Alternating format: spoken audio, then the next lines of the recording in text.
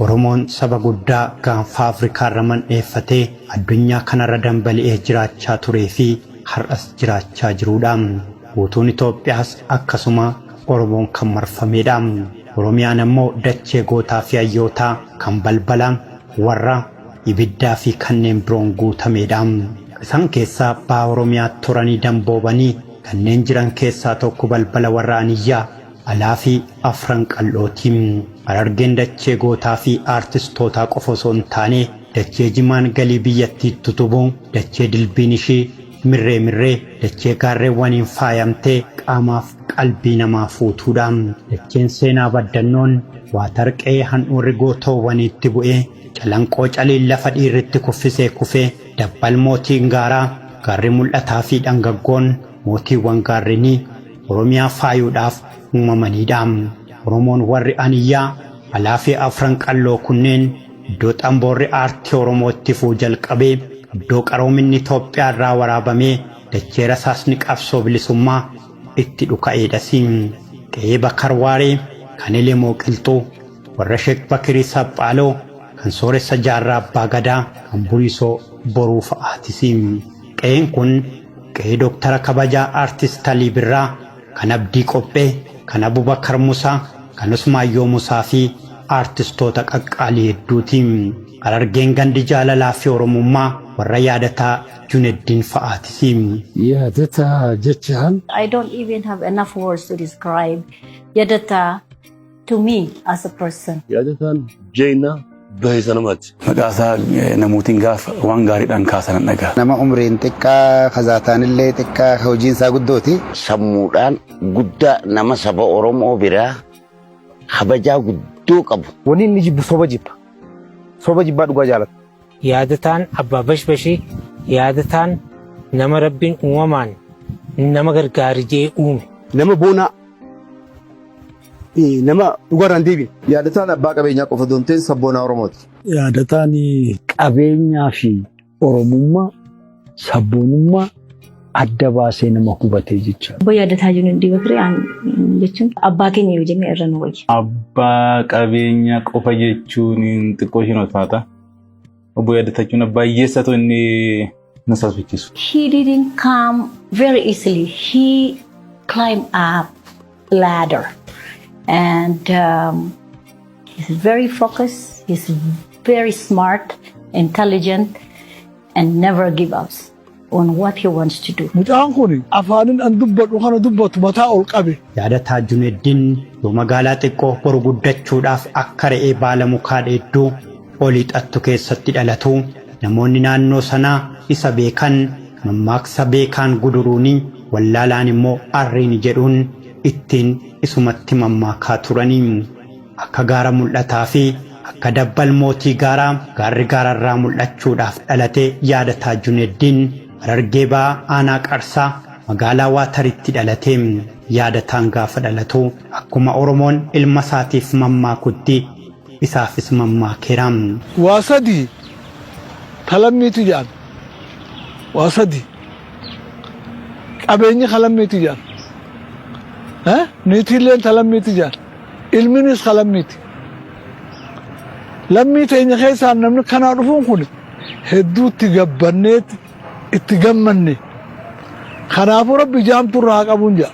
Obbo Yaadataan gaafa barumsaaf gahan achuma mana barumsaa dur Waatar har'ammoo mana barumsaa sooressaa jaarraa Abbaa Gadaatti kutaa tokko hanga sadiitti qara'anii. Sanaan boodammoo waggaa tokkoof Dirree Dhawaa mana barumsaa Jadiidaatti kutaa 6 hanga 8tti gaara mul'ataatti 9 hanga 11tti ammoo Dirree Dhawaatti erga baratanii booda jireenya baqattummaa filatanii. Yaadataa Juneddin gaafa jireenya baqattummaa filatu namoonni baay'een ni of baasuudhaaf ofii jireenya qananii filachuudhaaf ofii ofittummaa filatee qofaa isaa jireenya wayyuu filachuudhaaf jedhanillee ni garuu kaayyoo dhugaa boruu saba isaa gaachanu qabatee jireenya baqattummaa filatee. Yeruma ijoollummaan lafa kaanu sanu nama guddaarraa yaada fudhatu nama guddatti nama baay'ee dhiyaatu nu wajjin hirummaa qabaatu malee yeroo tokko nama guddaa bira oola nama guddaarraa yaada fudhata ifiifis akka nama guddaa nu gorsaa ture jechuudha. Ijoollummaarraa kaasee yaada guddaa qaba. Akka nama guddaa yaada. daa'imummaa jiraateeti akka nama guddaa hojii hariiroo qabaateeti asiin ga'uunsa bu'uuriin isa sanii jechuudha. Nama xiqqaa waan guddoo yaadu. Nuun saayii malee yaadan hedduu nu ol deemee jira. Nama nu ol deemee jiru. Sabboonummaa ijoollummaa irraa qabu mas. Namni akka waan akka amma horatee akka ittiin furan. Har'a hin horrenni. Duraan qabaa maatirraa dhaalee mas. Anaaf inni wal dorgomaa turre nam shanimaa akkana hiriyaa turre baay'ee barnoota isatti cimaa jabaa bakka nama sirri karooraan kan deemu gaafa barataas turre jechuudha. Nama karooraan deemu ni beektaani namni barkan karooraan deemu egaa hojii qabatee kana akkanaan godha jettee kan karooraan deemtu inni gaafuma barataa'u kilaasii jalarra gaafa jirru bakka nama sabboonaa boonee ka deemu nama hojii qabatee fakkaata inni gaafa sanu. Nama hojii qabu fakkaata malee barataan bakka nurra addaadha gaafa sanu maaliif ijoollummaa isaa waan ni'aatee qaba inni ni'aan rabbiin eeda namaas ni kan nakajan isarraa baran kan yaadata adda taasisu gaafa ijoollummaa sanii na fakkaata kutaa afur hanga jaha ta'e even divilootorii direedoorra fideeti ni birsa wanni kun akkamitti guutama okay san hunda nagafachaa ture so inni yeroo san keessa abjuu qaba jechuudha murteessee deema jechuudha murteessee.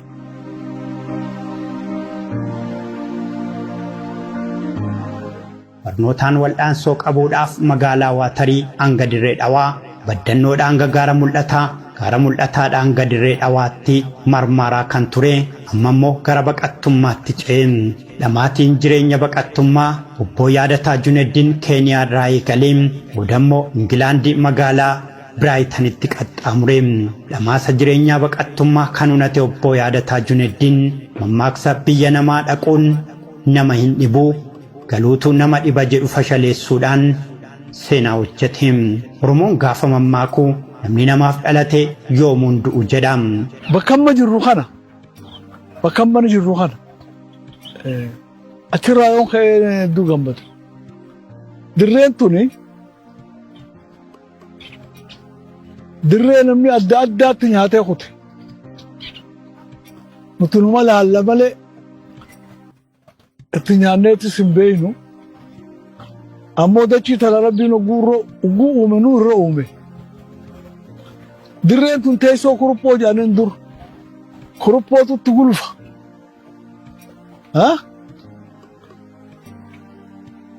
Taandiris jedhanii asirratti ijaaranii Gibxii fi uummanni adda addaatti nyaatee dabrega.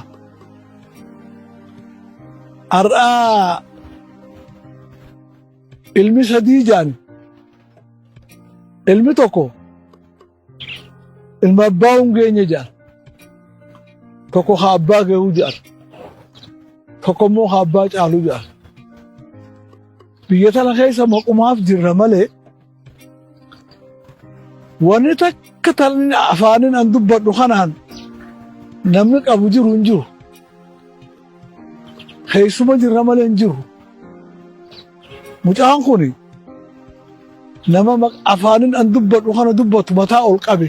Addunyaa kanarratti namoonni baay'een nama gargaaruudhaan jireenya namoota kumaa kitilaa qajeelchaniiru. Waaqaa gadittis lubbuu namoota qaqqaalee hedduu du'arraa oolchaniiru. Dhukkubsattoota wal'aananiiru, kan daadhe daara baasaniiru, kan beela'e quubsaniiru, rakkataas rakkoo baasaniiru, goota gootummaasaaf immoo badhaasaniiru. Namni karaa hundumaan guutuu ta'ee ofiisaa of danda'ee jiraata addunyaa kanarra jira jedhee yaada. Garuu namni erga nama ta'ee nama gargaaru yoo qabeenya qabaates namaaf yoo dhaabbate nama yoo gargaare hiyyeessota yoo lafaa kaase rabbiin illee kanaa olitti akka inni kennuufi yookiis immoo namni tokko qabeenya qabaateef ittiin boonee ittiin jiraatee ittiin fagaadhee addunyaa kana bituu waan hin dandeenyeef isuma qaban irratti isuma jiraatan irratti nama hundumaaf gita walqixxee jaalala walqixxee hubannaa walqixxee maatii ofiifillee biyya ofiifillee akkasuma haala walqixxeetiin ilaaluun ilaalcha gaarii qabaachuun qabeenya ofii fayyadaman hundumaa akka fayyadaman hundumtuu akka ga'u yookiis immoo qabeenyi ani qabu qabeenya uummata kooti jedhanii itti gaafatamummaa fudhachuu kana isaanirraa baradha. Obbo Yaadataan adda duree kan nuti barachuu qabnu kutannoo isaan hojiidhaaf qaban. Akka abbaa qabeenyaa suufaffatanii guyyaa guutuu mana intinaa deddeemaa qofa otoo hin taane guyyaa guutuu akka hojjetaa gadi waa tokkotti unuu gaditti hojiidhaaf aduu keessa fiigaa nama godhudha. Akka nama waa qabutti if hin laalle. Nama yoggayyu galgalaa ganama shamiizumaan deemu takka inni jaakeeta kan uffatu. In fact, yeroo dheeraa wal beeyna guyyaa tokko isaa suufa uffatee karabaata godhate guyyaa tokkoon harka Finfinneetti. Nama yaanni saballaa saba fiite hadoodu nama jiruu namatti histiin qabne dalagaan isaa nama gartee dhufaa jirullee yaadatti kennitu jechuudha. Nama arjaa nama isaa gargaaruun isa gammachiisu saasaffaa godhachuudha. Namoonni gariin yoonii fi bashannananii Dubaay fa'aa deemanii kana isaan gammachiisa. Yaadataa garuu uummata isaa keessa taa'ee nama isaa gargaaree abboon sun fuula jijjiirame kofilee isaaf gammachuudha. Akka nama fileenii kana uffatee Amsterdam fa'aa dhaqee yookaan Paaris hin dhaqee dhufeetti isaaf akkasitti nu badha. Gaafa goonni darbe immoo siidaan isaa laphee dhalootaa fi lafa inni irratti seenaa hojjete irra dhaabaniiru.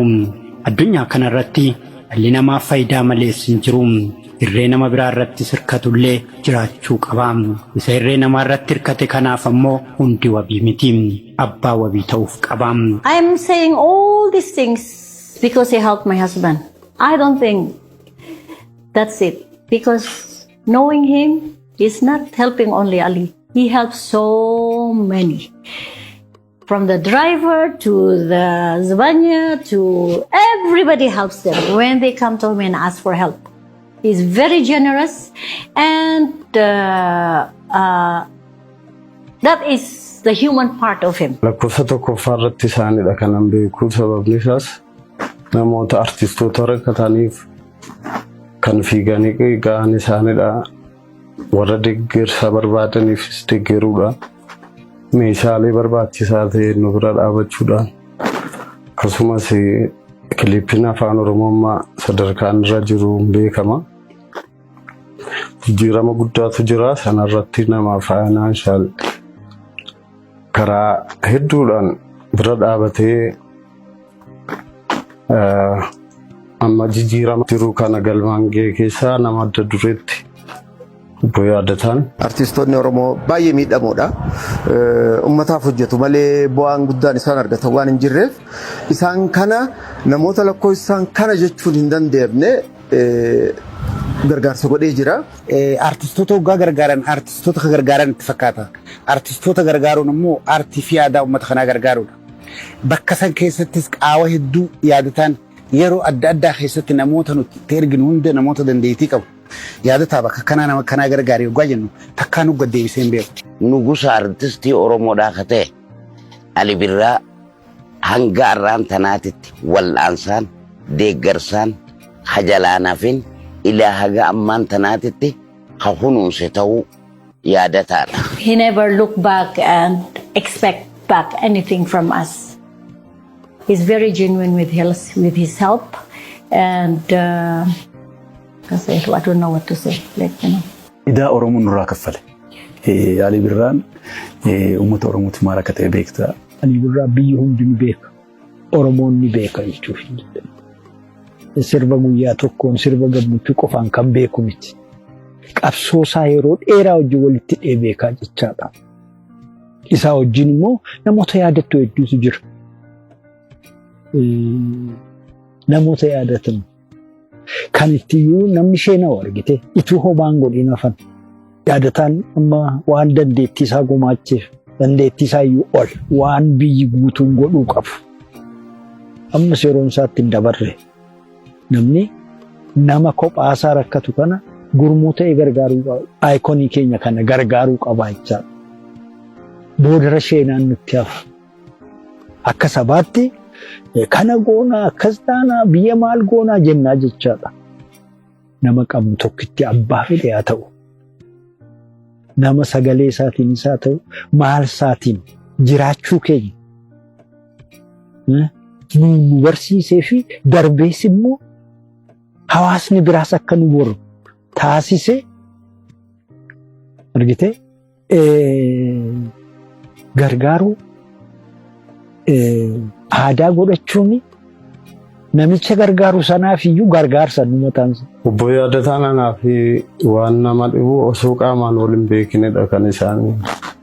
Kanaan dura haalli yeroo gaariin ture yeroo qabsoo itti cimaa ture sana keessatti hojii akkasumaan kaffaltii malee waanuma qabsoo hojii wal qabatee jiru kana fa'aa hojjechaa turre waan ta'eef badaa waa Afrikaan qabnu ture rakkoo keessa turre yeroo sana keessatti osoo qaamaan illee nan beekin ture kan isaanii deeggarsa tokko karaa artistiitiin erganii nu deeggaraa turanii ivinneon karaa stuudiyoo waan jiru kanaan gaafa darakadhullee Hacaaluu fa'aa Reen akka Caalaa Bultumee fa'aa artistoonni tokko isaaniin naaf quunnamu turan rakkoo kana furuuf jechuudha. Qaamaan illee osoo nan beekin deeggarsa adda addaa naaf gochaa turanii maallaqaan deeggaraa turanii haamileen keenya akka jabaatuuf nama waan baay'ee nu gochaa turanidha. Ana qofaaf osoo hin ta'in akkuma waliigalaatti aartii kana lafa rakkoon jiru yaafatanii kan qaqqabaa turanidha. Naannis bifa kanaan na bira dhaabachaa turanii ammallee na bira dhaabachaa jiru jechuudha. Aliin yeroo dhukkubu biyya kana keessa manni yaalaa dhukkuba isaasu wanni godha waan dhabameef namni yeroo sunas bahee qoma dhawatee anaa jira jiru waan dhabameef Yaadataan waan kana dhagee ana dubbiseeti Ali jechuun seenaa isaa waan inni himee namaaf wanni godhu miti ilmaan oromoodhaan beekanii dhukkuba sun keessatti yeroo Aliin abdii muratee mucustinuu waan goon wallaalletti Yaadataan ka'ee Finfinnee irraa hojii isaa dhiisee biyya Dubaay nu bira dhufe Imaaraatitti wanni na ajaa'ibsiise yeroo suni Aliin narratti hin laffa'ini ani umriin kiyyaas guddaadha dhukkubni kunis dhukkuba qallaalii miti yoon biyya galee gaafa rabbi lubbuutii irra dhafuudha fuudhu jennaani noo jedheen ani qabeenya qaba mana kiyya karraamaayii real estate keessa manneen jiru horiin kiyya dhumee manneen cufti dhume karraamaayii kanneen keessa jiradhoote gurgureetiin ati ittiin yaalamte malee hin ta'u jedheen. Maallaqa waan hin qabu manaan an qabullee jira. Kanaan jee manaallee mana dhumaa kan hin qabu yoon gurgure si wallaansisaa baabaa adeeroo kiyyaa jeena jabeessee. Ganaa deebitee biyyatti laafee akka duritti hojii teenyee haasofnee taphannaa abdii muriin jedheeni deemee rabbi nu gargaaree biyya Fayyaliini torbee lama dura hojii turre suni yaadachiise taa'anii aggoo Ali fayyee taa'ee haasa'u inni hojii taa'ee haasa'u emotional godhe beektaa wanni isaa. Rabbi haa kennuuf hedduu na gammachiise akkasitti hagaa dhukkubsattee dhukkuba fixadheetiin biyya gaangale booda ammaas wallaansii itti fufee waa xiqqoo sana booda ammaa doktoriinis karaa Turkii akkaan dhaqu na gorsanii doktorrii kiyya haalaan itti jiru kana Turkii kanallee na dhiibaa jira akkaan deemee wal'aanamuu danda'u. Kunigaa maalumaan jaa rabbi galanni haa gayu jechuu malee ilma akkanaa argachuu kiyya ilma akkanaa argachuu keenyaaf akka ilmaan Oromootiif hedduudha badhaasa rabbiiti.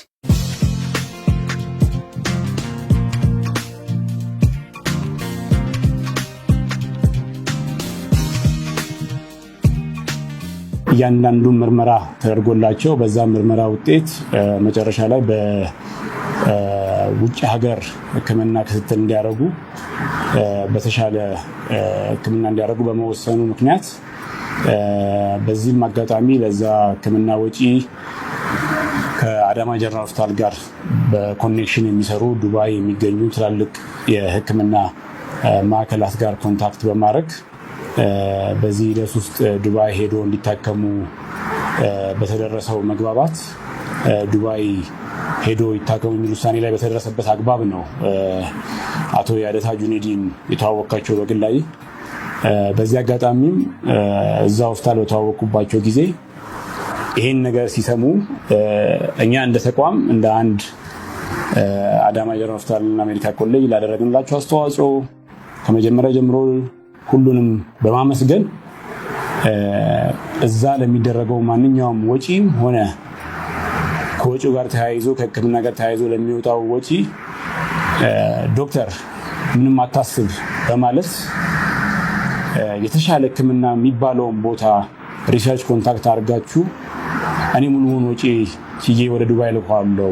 ዱባይ ፊ አቡዳቢ አካን ደሜ ወልአነም ወማ ባሲ ሳቲን ማለከ ሳቲን ሞራልን ንጅጀበ ሱዳን ዱፌ ነቦዳ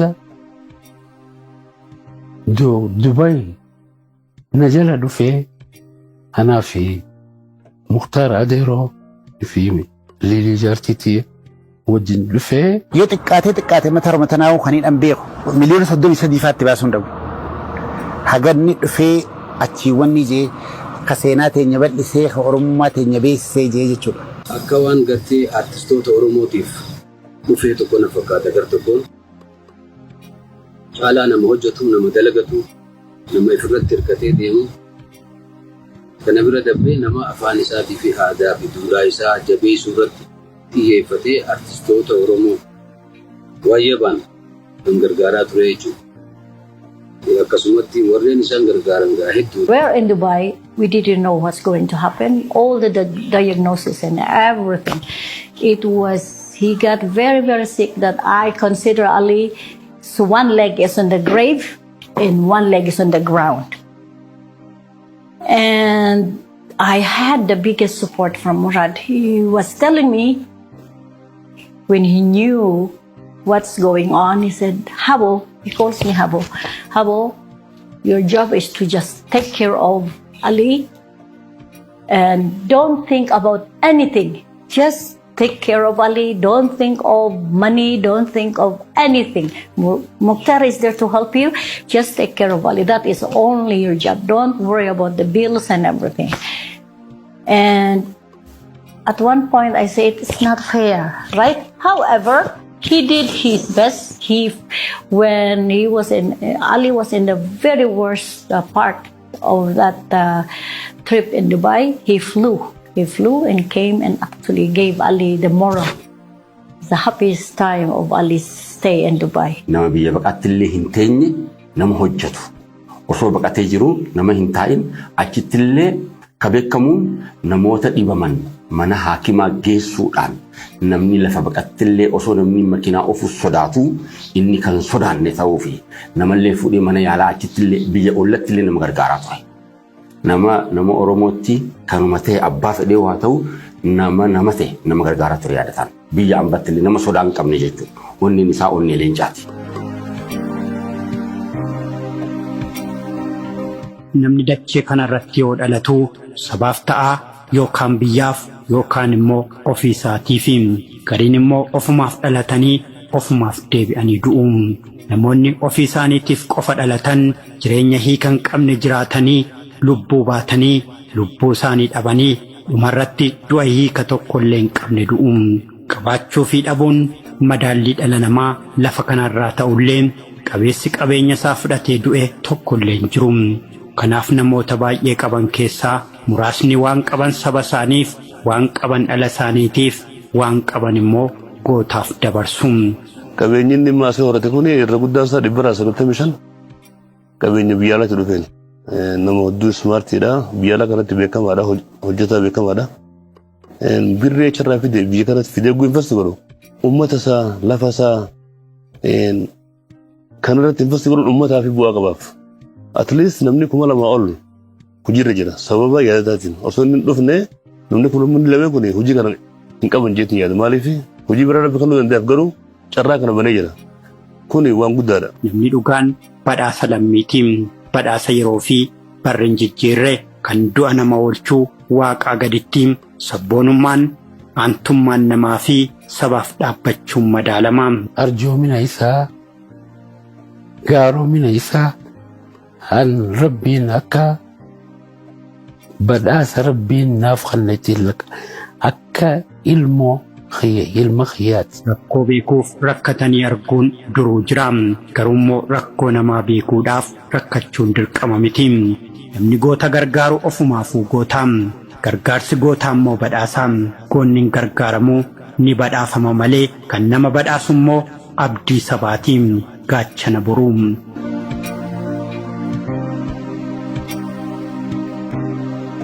Nama rakkate rakkoo oolchuun barnootaan hin dhufu. In baratamus aantummaa fi gaarummaadhaan. Gaarummaan immoo badhaasaa kennaa guddaa Waaqni namoota muraasaaf hedduu keessaa filatee kennedha. Arjaadha. Rabbi immoo gaafatti bitaan kennu mirgi laaluun qabudha. Inni illee waan godheen nama of leellisuu miti. Guyyaa tokko akkana godhee gaafa inni haasa'u dhaga'ee hin beeku. Wanta godhee wanta baay'ee inni baattiseen waan guddaa san godhee garuu akka waan guddaa godhete akka waan xiqqaa godhetti illee haasa'u. Kanaaf Rabbi kanaaf isa eebbisanatti fakkaata. Gootaa fi hayyuu dhugaa qabsaa Oromoo akka jaarraa abbaa gadaa fa'aa gaafanni boqote gootummaa isaatiin awwaaluun gargaarsa dhalootaa miti dirqama Oromootiin. Yoo goonni kufee kan Oromoo bakka bu'ee wabii sabaa ta'u immoo kan akka yaadataa Junaddii fa'aatiin. Namni naannoo isaatti hiiroo qaba. Fakkeenyaaf naannoo kana ol kuttee Taaddasa Birruu jira, Baaruu Tumsaa jira, Waaqoo Guutuu jira, Garasuufaa jira, Agariituu Lufaa jira. Amma naannoo keenyattis nuti namoota nuti qabsoorraa barannee jira. Ammattaqii fa'aa, Elemoo Qilxuu fa'aa, Jaarraa Abbaa Gadaa fa'aa, Abdii Qophee fa'aa uummata kanaatti nu barsiisee jechuudha. Amma fakkeenyaaf wanni guddaan ammaas hedduu garaa kiyya keessa inni itti seenuu danda'e nuti qabsoo uummata Oromoo Jaarraa Abbaa Gadaa nu barsiise. Tanuma dhugaa. Obboleessa kiyya hangafni gaara keessa isaa wajji ture ni du'e hayyuu janiini. Gaafa hayyuun nu biraa deemu nuti ijoollee turre. Gaafa gaara galan jechuu gaara sanitti. Naannoo sanitti Jaarraa Abbaa Gadaa hedduu diinaan falmeeti.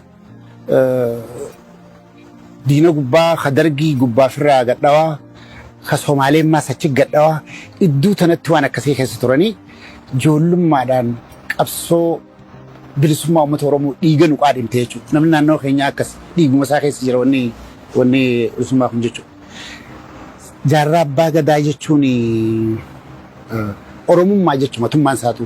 Sooressa Jaarraa Abbaa Gadaa walirra bitaa tolu Rabbi rahmataa godhuu fi anaaf akka muktaaritti personally beekumsa addaa qabaaf jaarraa kana.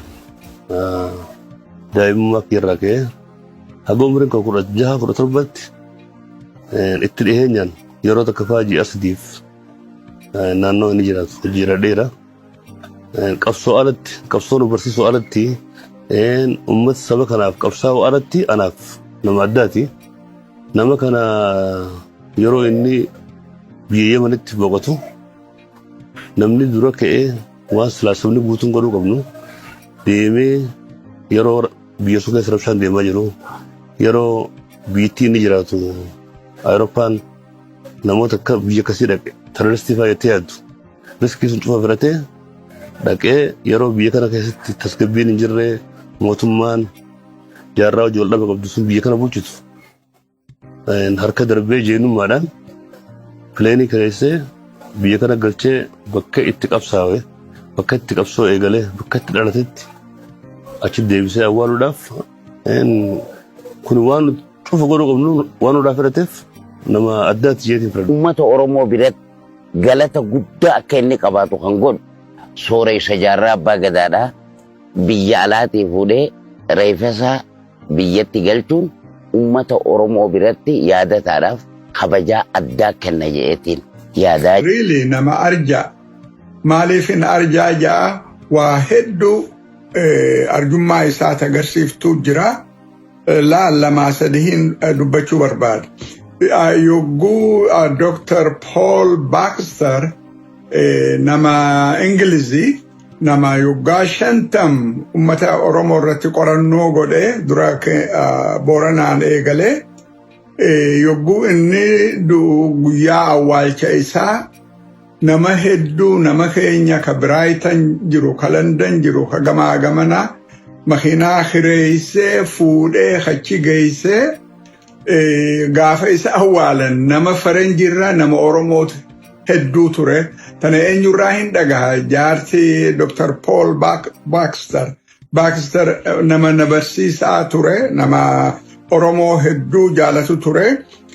Awwaalchiisaa kabajaan akka ta'u ka godhe isa. Yeroo namni hundi sodaatutti sooressa jaarraa abbaa gadaa yeroo inni addunyaa kanarraa boqotetti Yemen dhaqee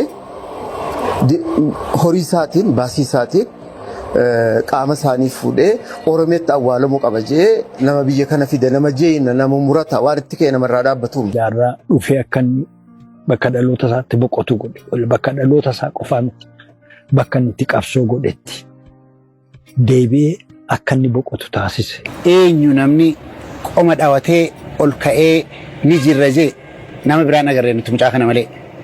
Mucaan kun ka'eeti asii xayyaaraan Yemeniin kaaniin achi reefka sooressa keenyaa nu fidee asitti Finfinnee tanatti wal qunnamne yeroo san warri yaadi kun haala hamaa deemaa jira. Gaafa isa galchu warra Haayilaandiin tumee jira. Warra maallaqa irraa fudhatee jira.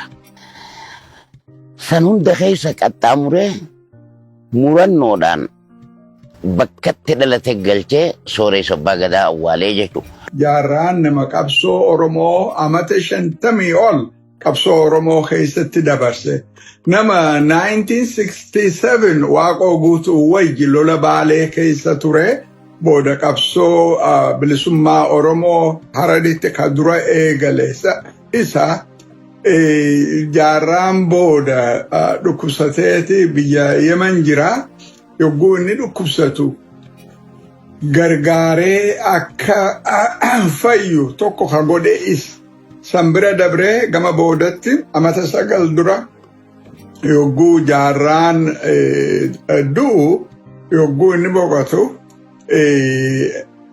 Muraad namni kun kennaa ummata keenyaati neencaa nama qabsoo Oromoo irratti umrii isaa dabarse Yemen keessatti awwaalamuun qabu jedhee maallaqa isaatiin xayyaaraan reefka isaa fuusisee Finfinnee achirraa xayyaarumaan Dirree Dhawaa geessanii achirraa makiinaan watar bakka inni itti dhalate achitti ummata keenya keessatti awwaalame.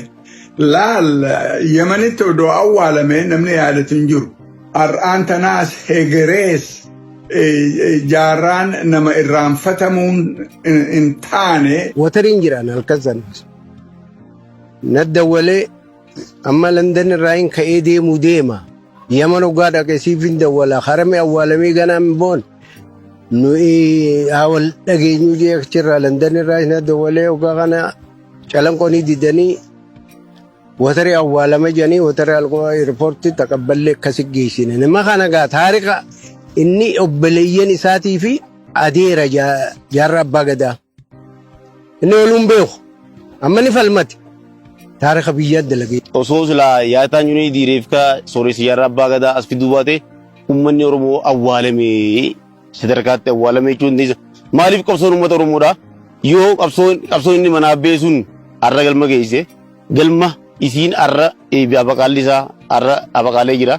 Uummanni Oromoodha qabsoon uumma jaarraa sooressa jaarraa godhaa turen lubbuu nama baay'een maqaa isaatiin ittiin dhabamaa ture sun har'a silaa awwaalamtee turte jechuudha. Seenaa Oromoo biratti mataa qabattee turte Oromoon. Nama kana qe'ee nuufiti bakka nuufiti gadda keenya akka obsuu nu godhe akka waan bilisummaatti ilaaleen gaafa sana guyyaa sana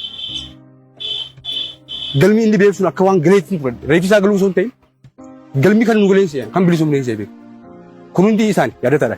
Biyyatti deebi'ee reeffisaa awwaalamuun waan guddaa tokko ture jechaadha. Kana gochuun immoo qabeenya barbaada. Namni keenya yeroo waan baay'ee dubbannu kuni waan sana bakkaan ga'uu irratti baay'ee rakkina qabna harkifanna jechaadha. Jaalli kun dura bu'ee of dhiyeessee waanuma mataa isaatii harkaa qabuun namni kun kabajaadhaan biyya isaatti deebi'ee bakkaan dhuura isaatti akka inni awwaala argatu gochuudhaan tarkaanfii guddaa fudhate jechaadha. dhugaan sitti maa kuni anaan eenyummaa yaadataa akkan caalaatti baru akkan immoo umrii isaa fi gocha isaa kanaa wajjin kabajaa kennuuf na godhe jechaadha. Maal taatu jaarraan birriin walitti bu'ee biyya faranjii irraa walitti dhufee akka awwaalamu gochuuf yeroon sun fudhatuu fi du'uus amrii ta'uusaa wajjin immoo yeroon amantiinsaa awwaala isaatiif hayyamu waliin fudhatu ture jechaadha. Kanaaf carraan inni qabu biyya qabsaa'eef uummata qabsaa'eef keessa itoo hin ta'in biyya alaa takkuma nama tokkootti qabree argachuu qofaa ture jechaadha. Kanaaf yaadataani kanarratti qooda guddaa qooda yoomuu akka nam tokkootti yoomuu irraanfanne Oromoonis irraanfatuu hin qabne ittiin fudhadhasiin jechuuf hin jiru.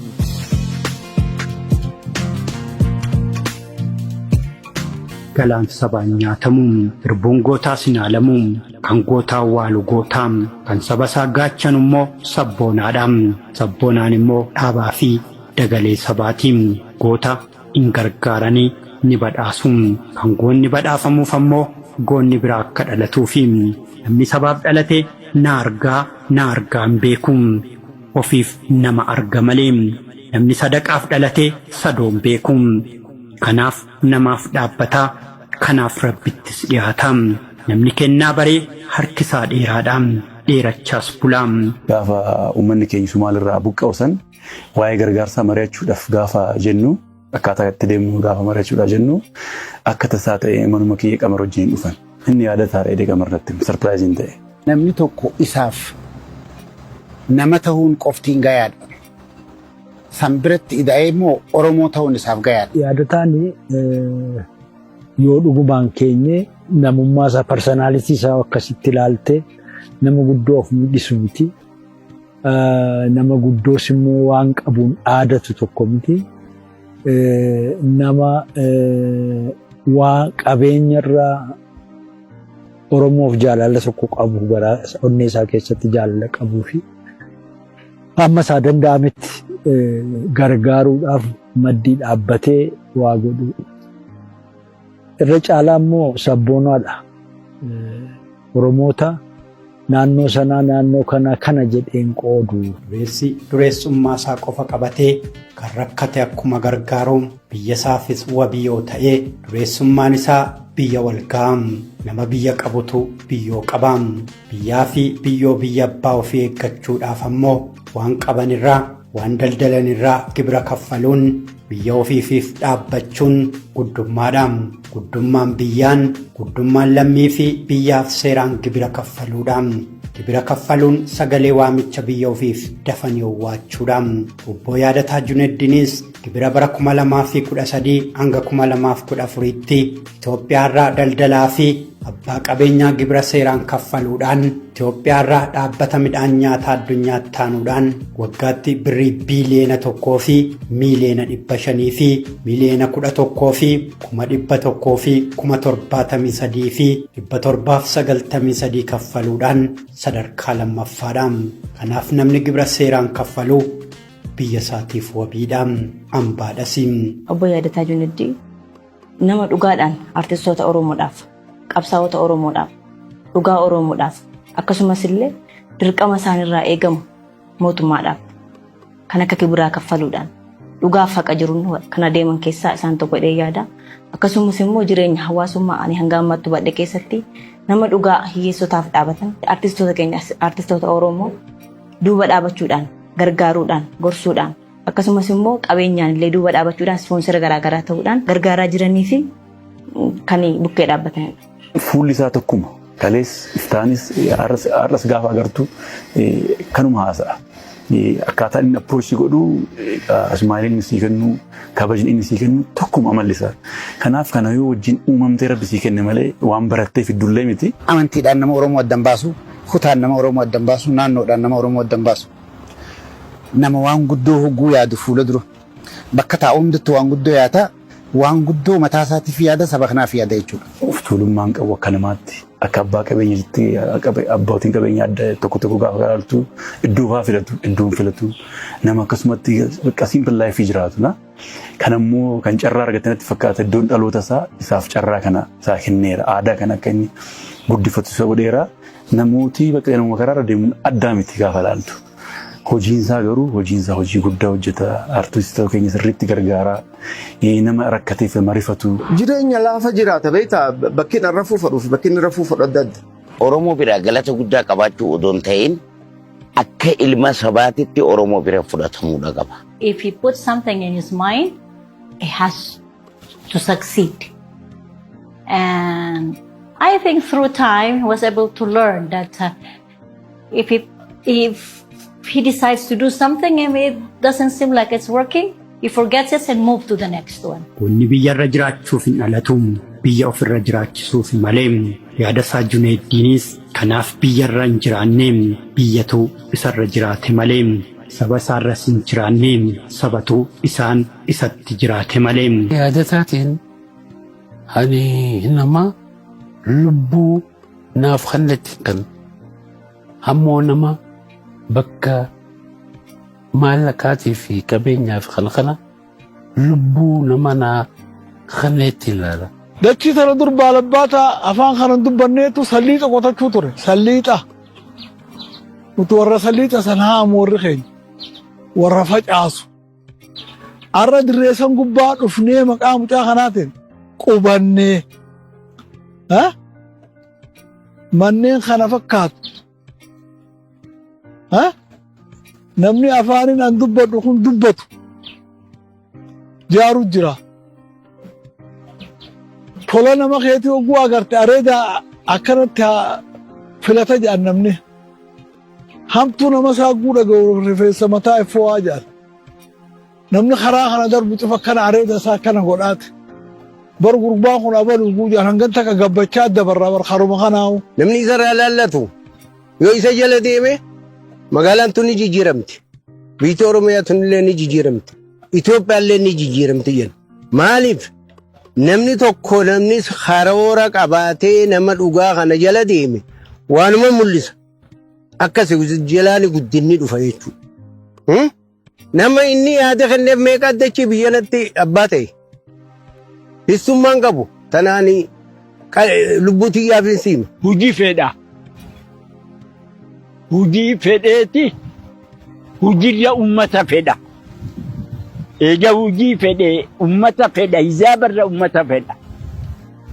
Hujii tana ummata malee hujii waan hin taaneef hizaabarra ummata kana fedha. Ummata fitti maxxansa ummataaf tola. Qamisa lama yoo qabaate tokko baafatee hiriyaaf kana ture. Jaarsi yoo arke goreetti gargaaree galchee ture hanqa mana isaa deemee. Rakkataan barataan yoo amma namni magaalaa sana keessaa mana qaban beektee isaan namni naannoo kanaa bakka biraatti yoo ta'e yoo dhufe isa biratti gora jechuudha.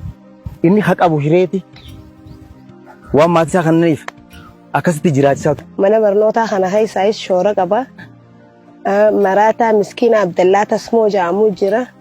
Baatitti dooraala 50 ergeefiiti akka inni ittiin jiraatu godha. Faawundeeshinii Jaarraa Abbaa Gadaa jedhamee san keessatti illee akka gaarii shoora guddaa taphatee jira. Namni an abdadhu firrilleen na biraa dhabamanii kasaaraa guddoon narra geesse isumaan na cinaa dhaabbate. Artistii keenya beekamaa Hacaaluu Hundeessaadha. Biyya irraa salphisu makiinaa jalqabaa namni laateef isa artistiin keenya jabaan kun akkamiin miilaan deema jee. Anaa fi yaadataan akka ilma hangafaatti ilaala. Fakkiidhaaf dhugaa jirtu yoo lafa kaa'e istirookiin na dha'e an asitti istirook na dha'e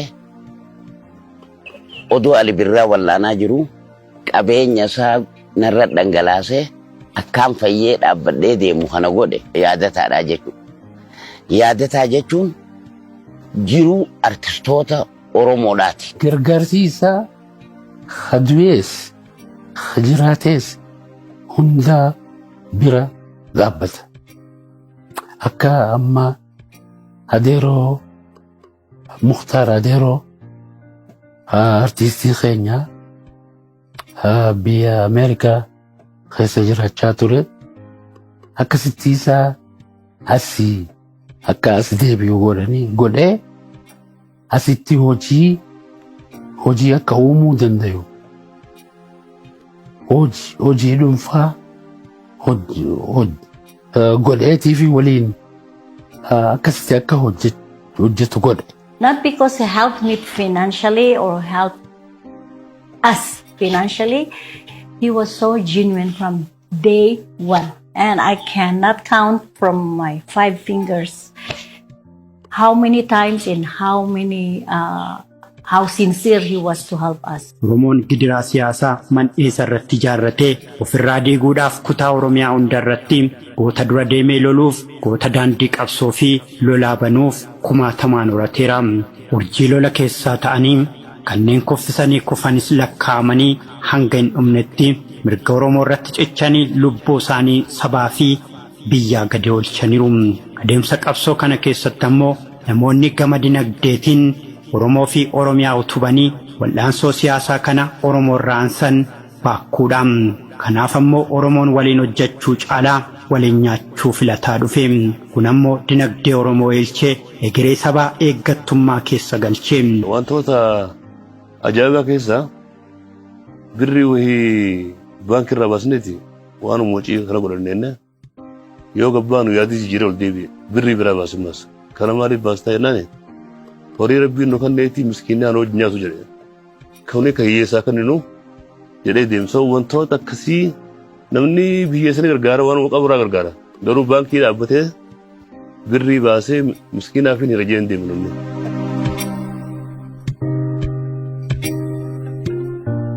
Biyyessi bilisoomus garbumaam hanga nama qawwee rasaasa hin qabnee baatuutiin.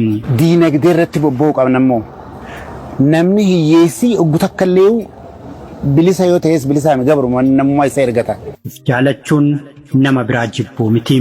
Saba ofii jaalachuun saba biraas jibbuu miti. Oromoon waliin nyaachuu ni beeka. Yeroo hedduu Oromoon waliin hojjechuu hin beeku immoo waliin nyaachuurra immoo waliin hojjechuutu gaarii akkatti waliin hojjennu abarruudha. Wanniin ani akka addaatti yaadataa jaaladhuuf yaadataa maallaqa inni namaa godhuu fi maallaqa naa godheef kana kanaami. Oromummaa irratti hundaa'ee waa godhuufi. Namni saba isaatii hadoodu ni jaaladhan abbaa fedhee utaanaan. Sabuma fedhee yoo ta'u nama saba isaatii hadoodu ni jaaladhan. Namni barachuudhaaf dhalatee hanga lubbuun isaa jiruttuma barataa. Namni nama gargaarsaaf dhalates akkasuma. Namni kophaa nyaachuu baree ofuu dhokatee nyaataa. Kan nama faana nyaachuudhaaf dhalate ammoo akka waraabessaa yuusee qomoo isaatti waammatee waliin nyaataa. Nama agartee ofii isaatiif qullii yaadu otoo hin taane nama hundumaaf yaadee arjaas ta'ee. Very generous and he means what he says. He doesn't say something that he cannot do. Umriidhaan illee xiqqaa yoo ta'e jaboo kan namoota isaa jaalatu kabaju innis nama kabaja guddaa namaafis qaba isaafis qabna. Yaadataan nama mataa isaatii carraaquu miti. Nama sabaaf carraaqu. Hujuma mataa isaatiin godhuu danda'u anaafisiif kaanis kaasee itti yaama. Akka involve godhu fedha akka namni biraa argatu fedha jechuudha. Hin gargaaru. Ni dhiiba. Kara agarsiisa. Deemi jaal. Isa keessaa akka dhufu godha. Humna si keessa jirtu sana akka asitti fayyadamtu godha obbaa sirratti arga. Yoo dadhabaa taate si gargaara. Abbaa keenya yoo jenne irra nu wayya. Jechuun akkaataa ilaalcha isaanii yoo ilaalle hojii gadi jedhanii hundumaa bakka jiru hundumaa gita hojii hundumaatti nama kabajuutiin hojjettoota isaanii hundumaa akka dhala isaaniitti bira dhaabbachuudhaan gargaaruudhaan akkasumas immoo gita hojii irratti dogoggora jiru hundumaa waliin furuudhaan kan nu wajjin hojjetaa jiranii abbaan keenya gaafa nuyi waa balleessine akkuma nu deebisutti isaanis immoo wanta jiru hundumaa nu hubachiisuudhaan nu barsiisuudhaan nu gorsuudhaan nu bira dhaabbatanii walii wajjin hojjechaa jirra jechuudha. Yaadataan nama umrii isaatiin dargaggeessa yaada isaatiin garuu nama sammuun isaa keessa areedaa fi jaarsa tokkooti. Amalli isaas yoo ta'e nama gaarii tokko, nama bashaasha tokko, nama wajjin wal qunnamee walii galuu danda'udha. Walii galuu qofaa miti, nama rakkoo namaas dhaga'ee furmaata arguuf tattaafatudha jechaadha. Kanaanis hojii isaa keessatti milkaa'e jechaadha.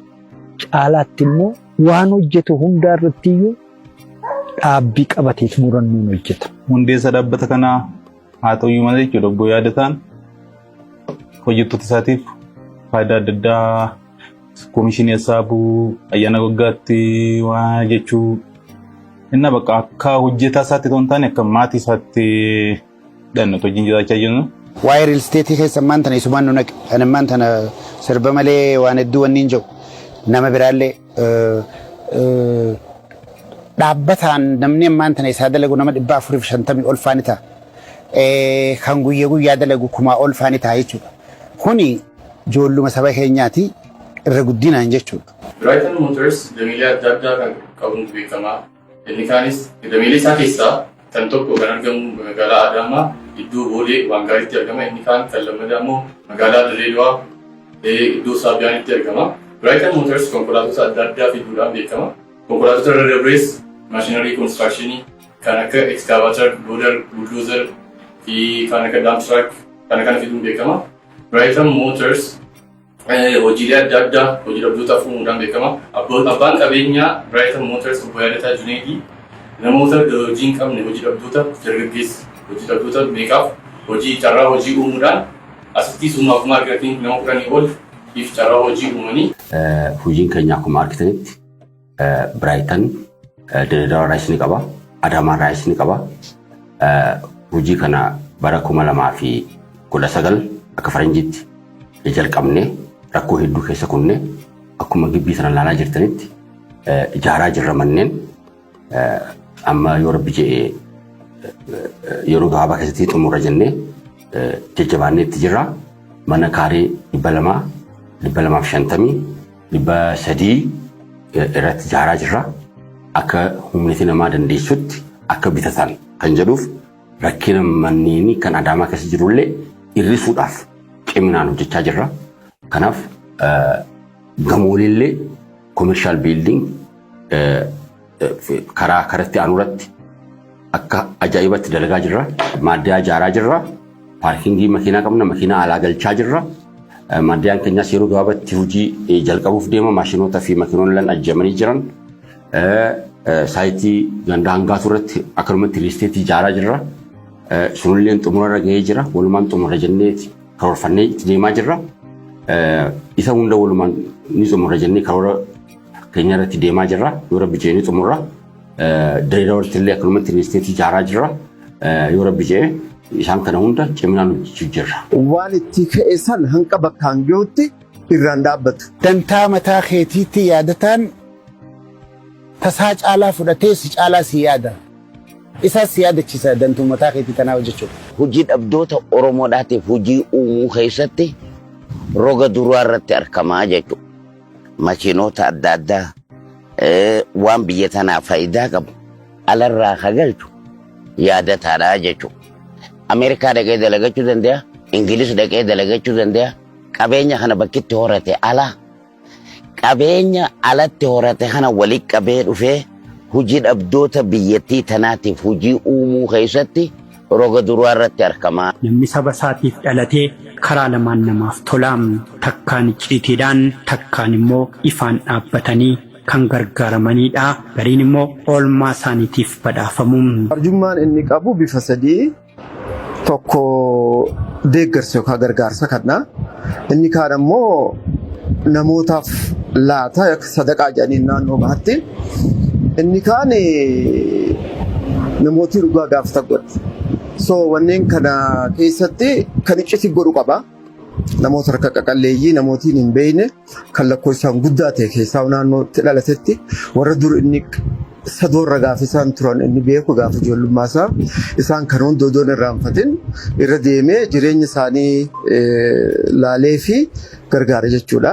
Namni kennaa bare harki isaa dheeraadhaan dheerachaa bulasim ba'uunis galuunis kan isan himne obbo Yaadataa Juneeddiin gara laafessi dhugaa saba isaatiif dhalate kun har'a dureessa Oromoo abbaa kaampaanota hedduutiin Brighton Real Estate, Brighton Trading Import and Export, warshaa zayita nyaataa, buufanni boba'aa yeroo dhiyoottee galuu dhaabbilee gurguddoo dureessa Oromoo obbo Yaadataa Juneeddiin. Oromiyaa kana keessa naannoo baay'ee keessa hojii qaba. Dabuubillee hawaasaa qaba. Ani kiliin itti ilaalu amma Adaamaa irratti mana 150 olii muka ijaaramaa jiru. Kanneen dhumanis jiru, maaddiyaaleen jiru. Finfinnee irratti akkasumas diilarrii makiinaataa jiru. Waajiraan heerkuwaartariin waajirri guddaan kaampaanii kana achi Finfinneedha. Kasasa faana Diredaawaadha. Diredaawa jechuun bakka ijoo irratti moola magaalaan Diredaawa guutuun suuqiilee sichi galchuu dandeessu. Godhaa jira. Uummata Oromootiif carraa guddaadhaan jira. Uummanni Oromoodhaa akkuma inni qabeenya kana qabeenya isaaniitiif beekutti Oromoolleen qabeenyi yaadataadhaa qabeenya keenya ji'ee fudhachuun yooniif akkasii fudhate.